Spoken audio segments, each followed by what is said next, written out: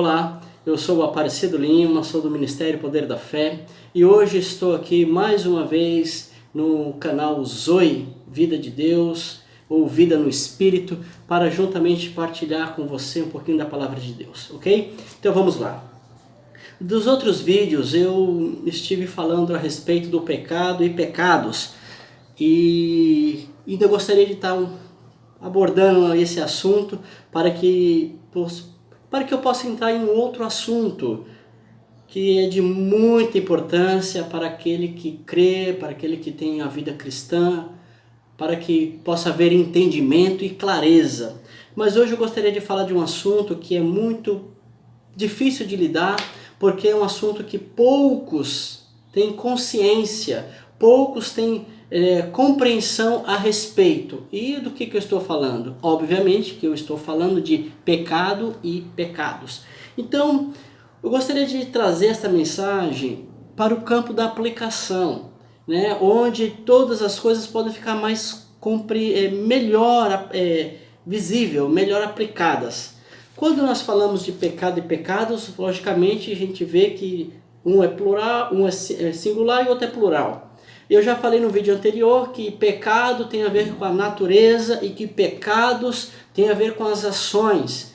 Pecado é aquilo que Deus trata como um todo, e pecados é aquilo que é tratado caso a caso. No campo da salvação é muito importante você saber disso, saber o que é pecado e o que são os pecados.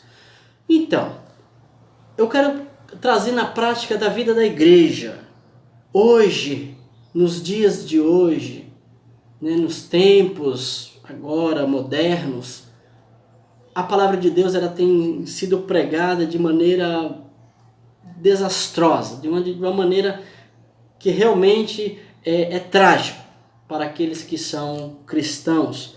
Por quê? Porque a mensagem do Evangelho ela não tem sido pregada, não vou aqui generalizar, mas numa grande parcela, uma parcela esmagadora, tem pregado um evangelho que não é bíblico, um evangelho que atrai multidões, ou até mesmo aquelas igrejas que são vazias, que tem meia dúzia de pessoas e também não está pregando a realidade.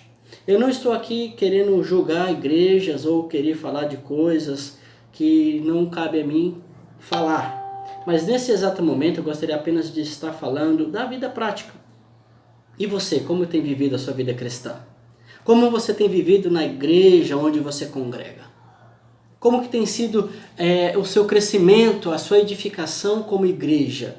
Você continua o mesmo depois de 30 anos de igreja? Você continua o mesmo depois de 10 anos? É isso que eu quero trazer uma reflexão. Para isso nós precisamos compreender o que são os pecados e o que é o pecado. Mas não agora na teoria, agora na prática.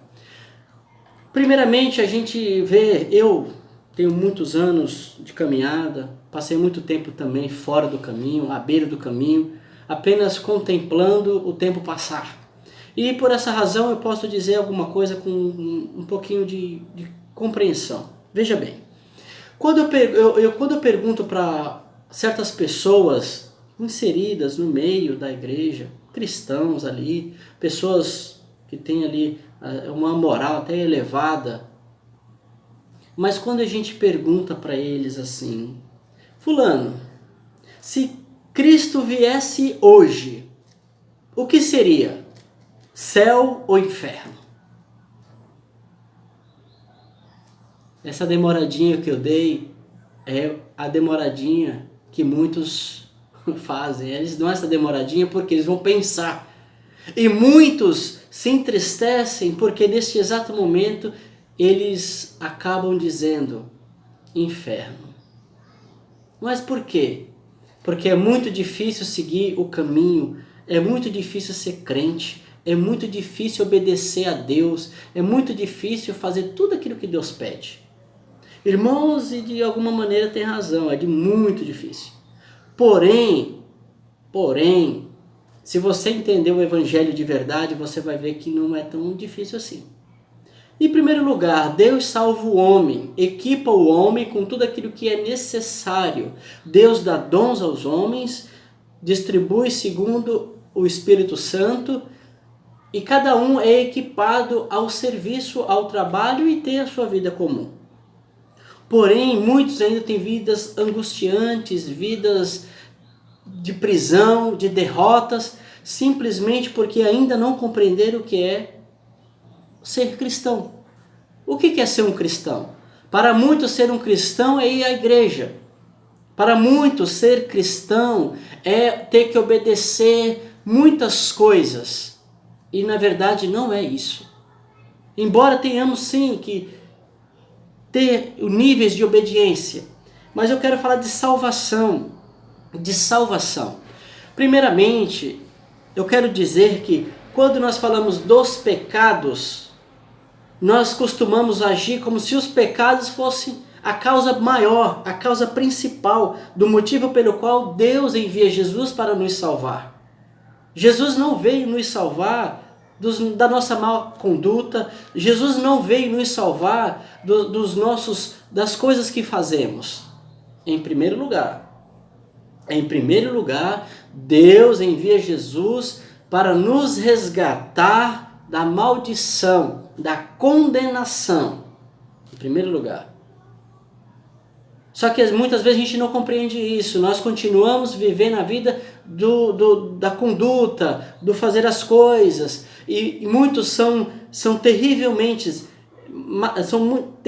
massacrados dentro da igreja porque as pessoas estão avaliando o comportamento. A mensagem da pregação é assim. Há duas vertentes, para não dizer três, mas a terceira eu vou deixar por último.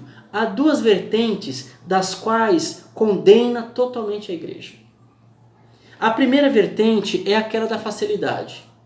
A pregação é, se você está nas drogas, o culpado é Satanás que levou você para a droga. Se você está doente, olha, Satanás está operando na sua vida e Satanás está te derrubando. Se você está desempregado, é porque alguém fez uma macumba e pegou em você. É um evangelho da qual não traz a verdadeira razão do plano da salvação.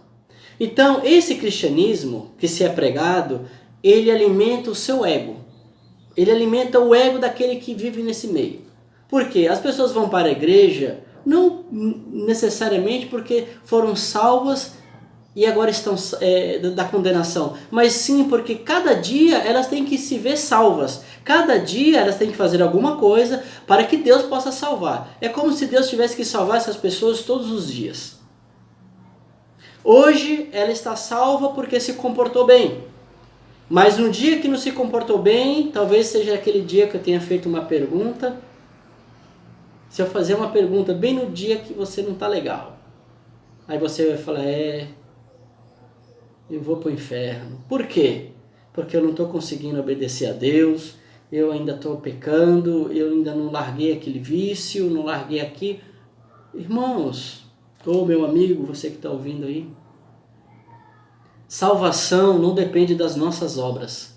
Salvação não depende da minha conduta. Salvação não depende da sua conduta. Não depende dos seus méritos. Não depende da tua capacidade. Salvação é um dom gratuito.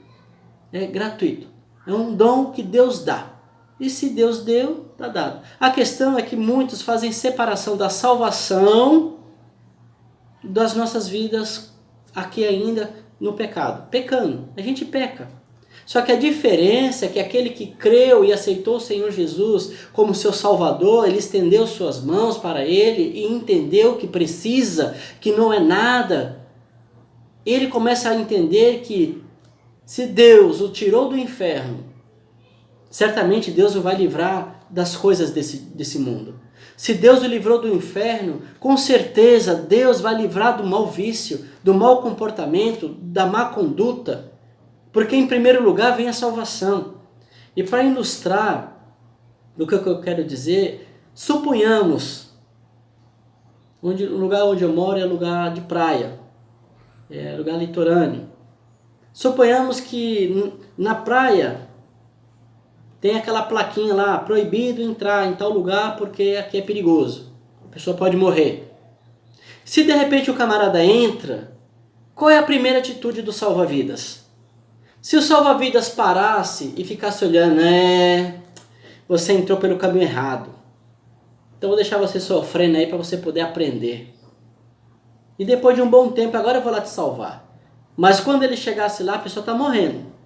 Está agonizando, morrendo afogada. Então a pessoa chega lá morrendo afogada e o salva-vidas chega lá e diz assim, você não viu aquela plaquinha lá atrás? Ela estava dizendo que era perigoso.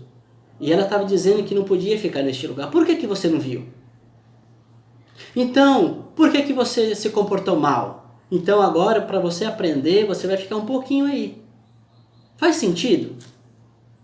Quando o salva-vida ele entra no mar para salvar a vida, ele está preocupado se a pessoa desobedeceu, se a criancinha desobedeceu seus pais, não deveriam estar ali, ou se os pais quebraram regras que não deveriam estar em determinados lugares, que foram imprudentes, que foram desobedientes e transgrediram a lei do local. Não.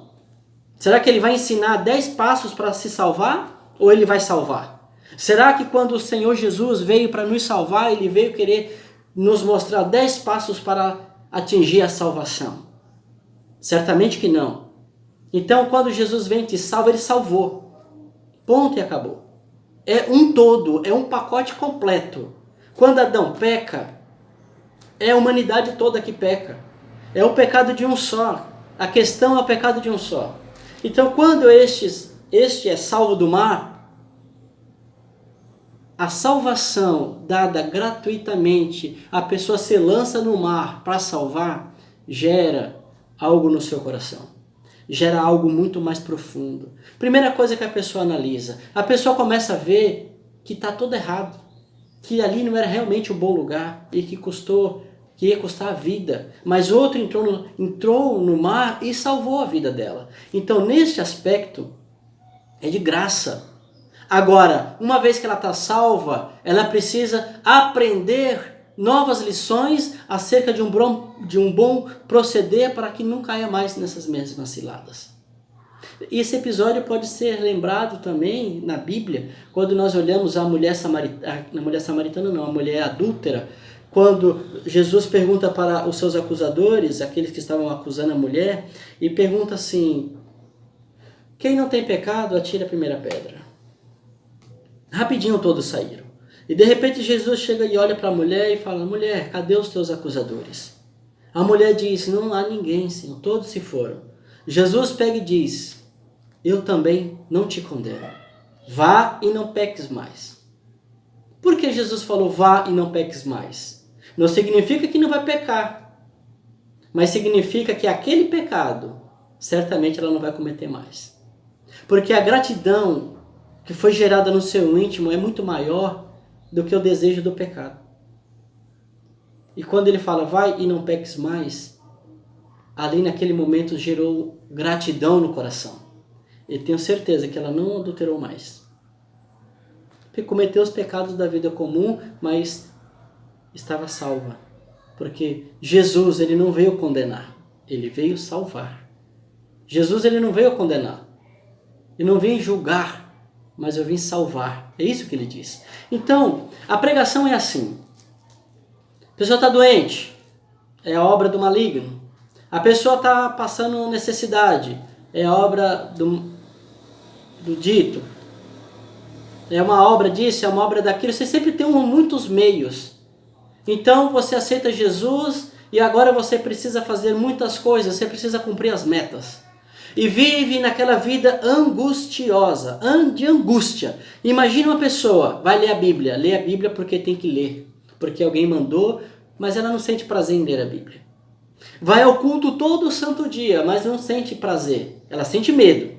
E acusação no dia que não vai, porque no dia que não vai, certamente o Satanás vai fazer alguma coisa. E tem aqueles que não oram de manhã, sai na rua, aí dá algumas coisas erradas. Eu não orei. Esse lado, essa vertente, ficam aqueles da simpatia.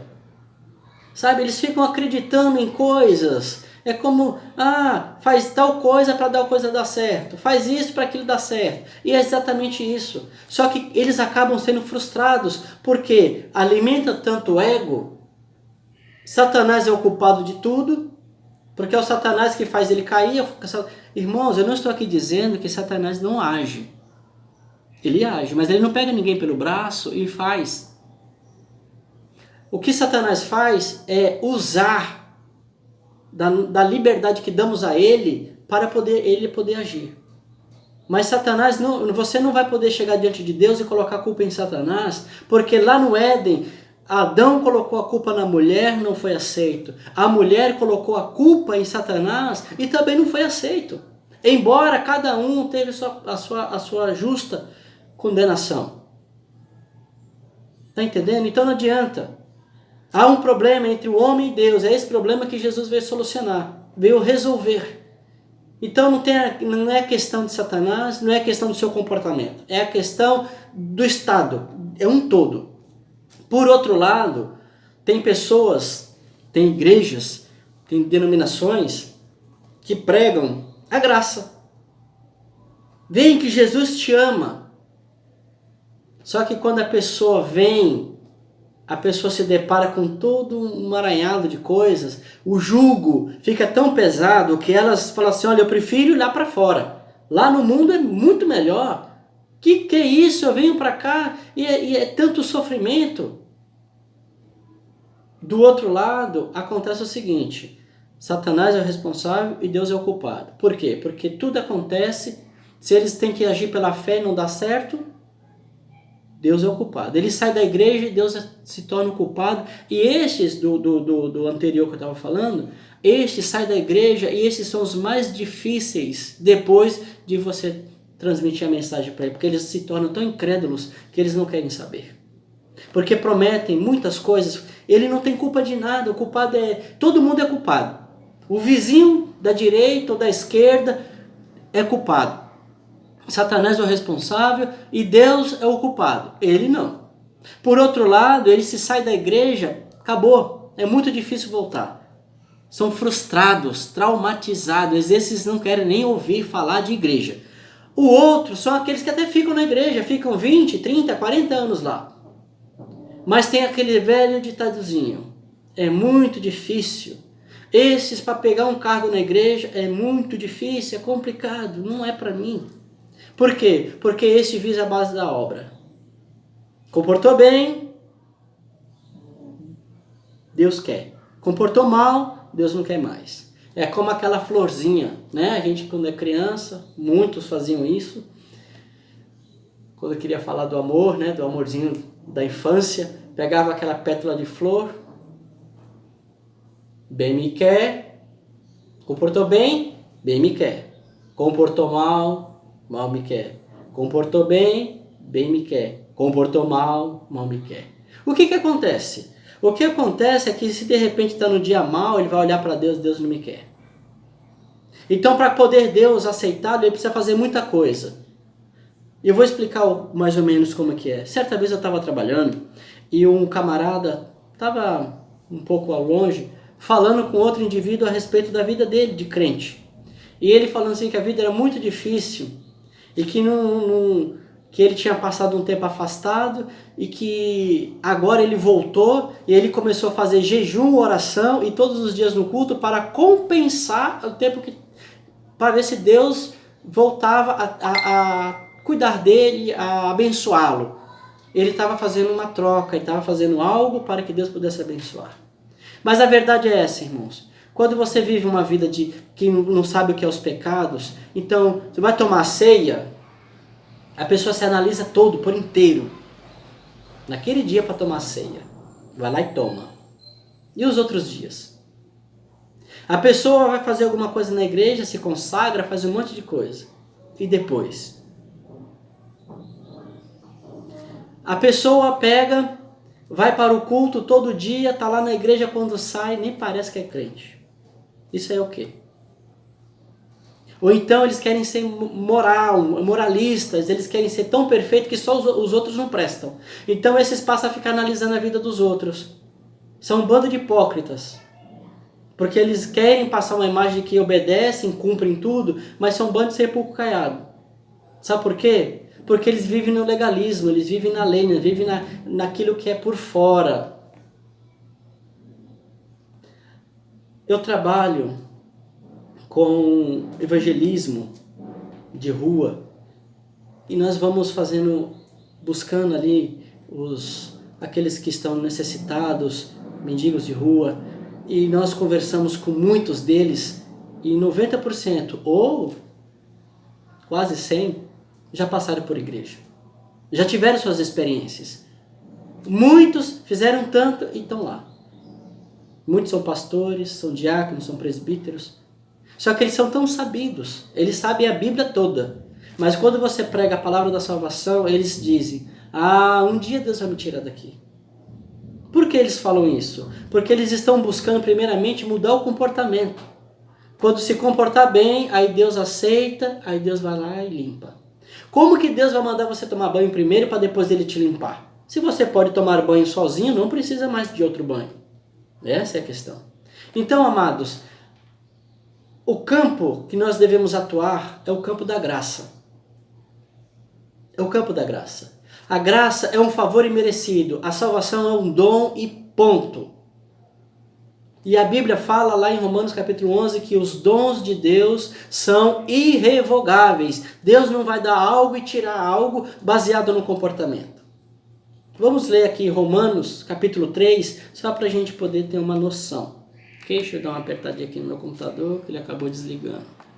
Então Romanos capítulo 3 vai dizer que a justificação ela é em Cristo, por meio da fé. Olha aqui, Romanos capítulo 3.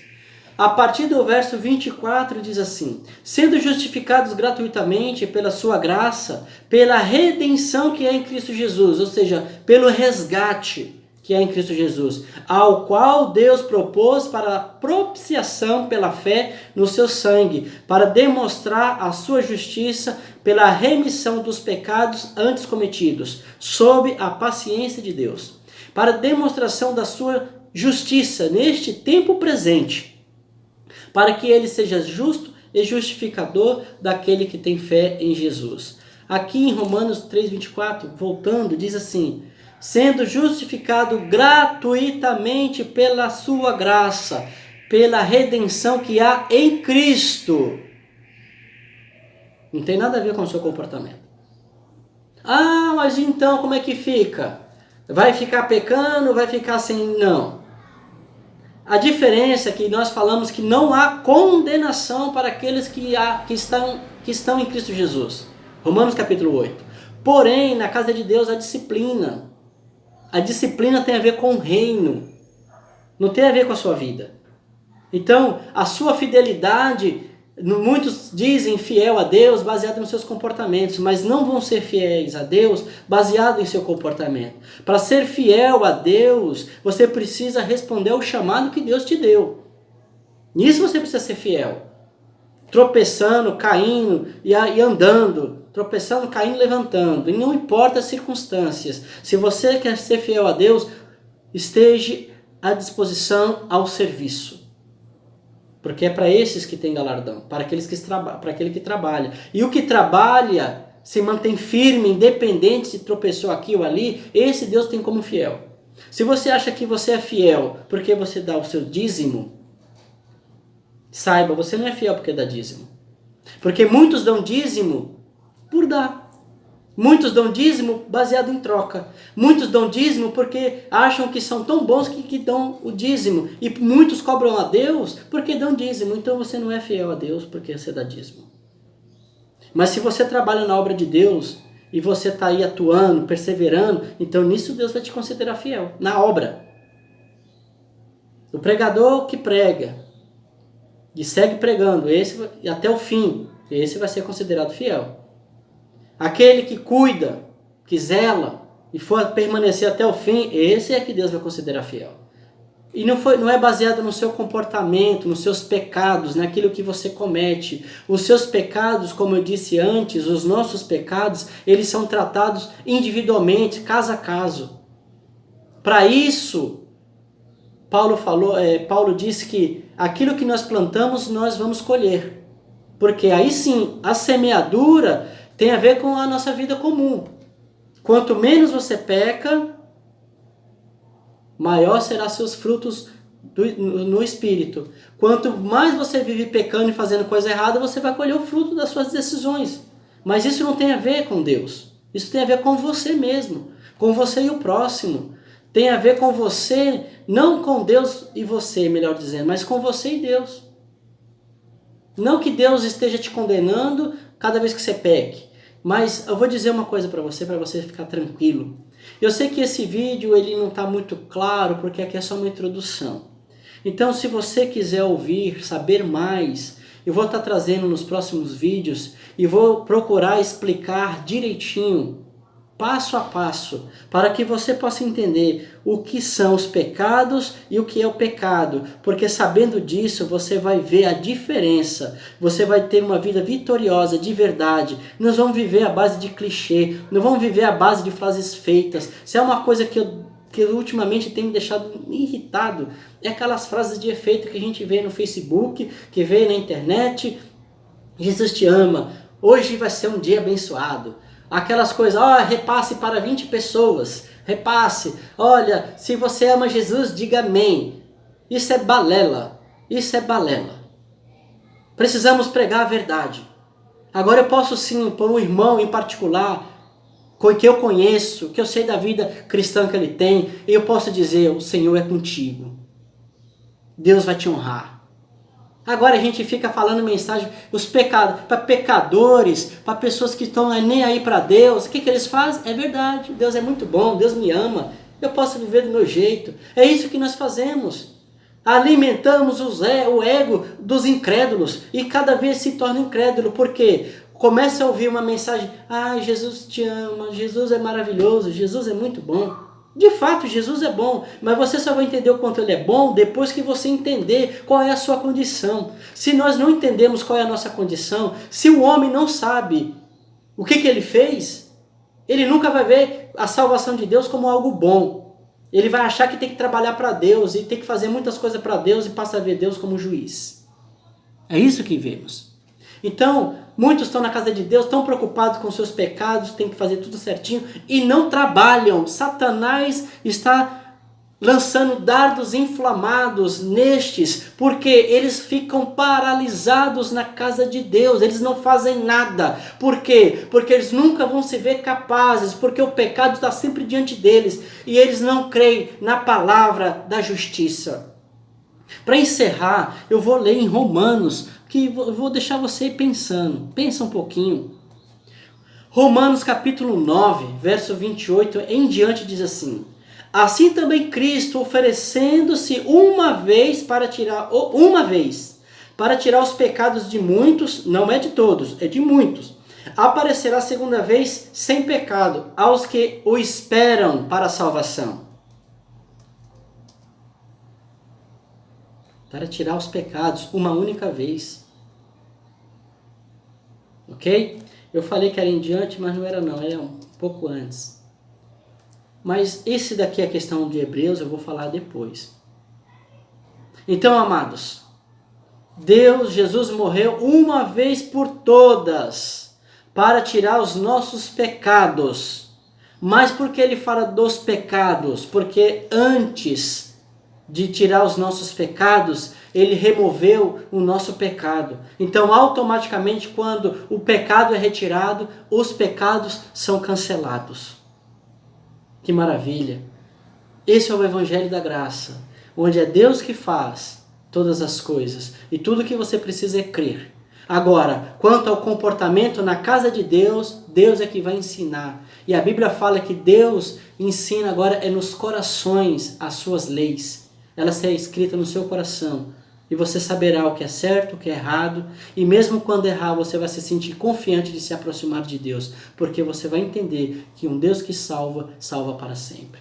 Deus só tem um tipo de vida para dar, só tem vida eterna. Ele não tem vida mais ou menos, é vida eterna. Se a vida de Deus é eterna, a salvação ela é eterna. Ok, amados? Que Deus abençoe a todos vocês, que vocês possam refletir sobre isso. Comentem aí né, abaixo aí, coloquem aí nos comentários. Se inscreva no canal e vamos avançar, porque a obra de Deus ela não vai parar por causa dos pecados. Ok? Em nome de Jesus, que Deus abençoe a todos. Amém.